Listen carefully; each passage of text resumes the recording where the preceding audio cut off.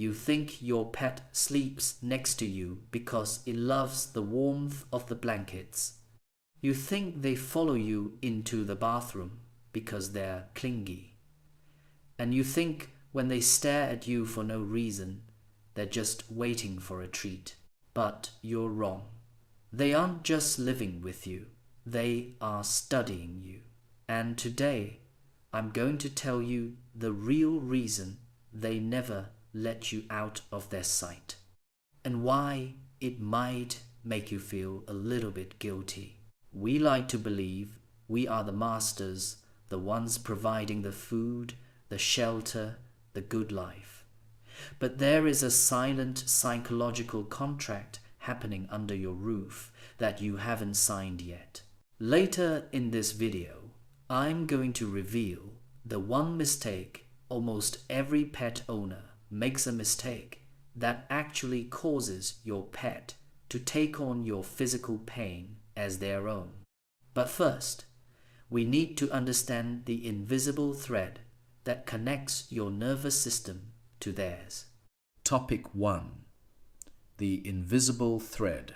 Have you ever walked through the door after a terrible day, and before you even said a word, your dog was at your feet with a toy, or your cat rubbed against your legs with a specific, urgent purr? You didn't cry. You didn't yell. So, how did they know? It's called emotional contagion. Science tells us that dogs can literally smell the cortisol in your sweat, in the hormone of stress, long before your brain even realizes you're upset. But it goes deeper.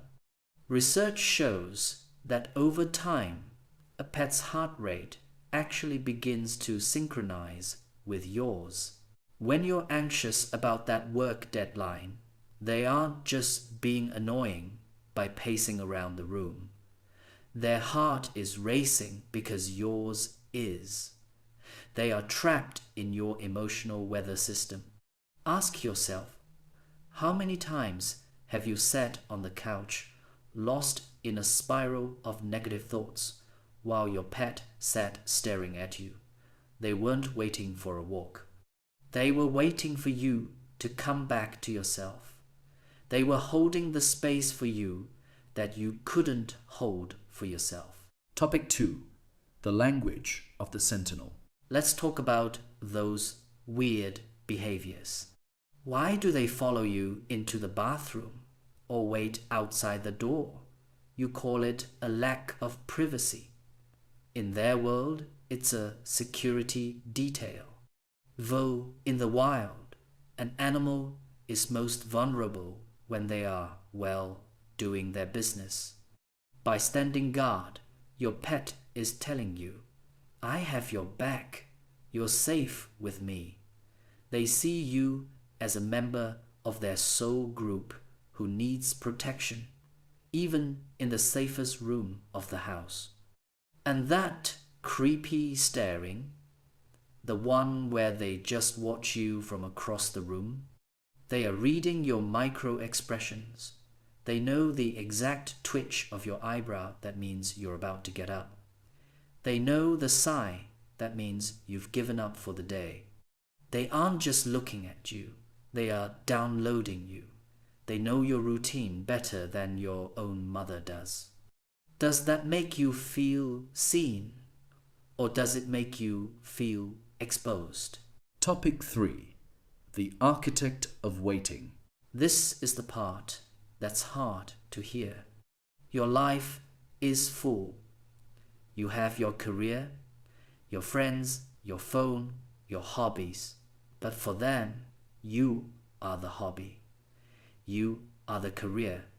You are the entire world. Have you ever thought about what your pet does while you're gone for 8 hours? They don't have a day. They exist in a state of suspension. They are the architects of waiting. They memorize the specific frequency of your car engine. They know the jingle of your keys versus the neighbor's. From the moment you close that door, Their entire psychological well-being is on pause until that lock turns again. We give them the scraps of our time, the hour after work when we're exhausted, the quick walk before bed. But they give us their entire existence. Every single minute of their 10 or 15 years is anchored to you. Have you ever wondered if they could talk?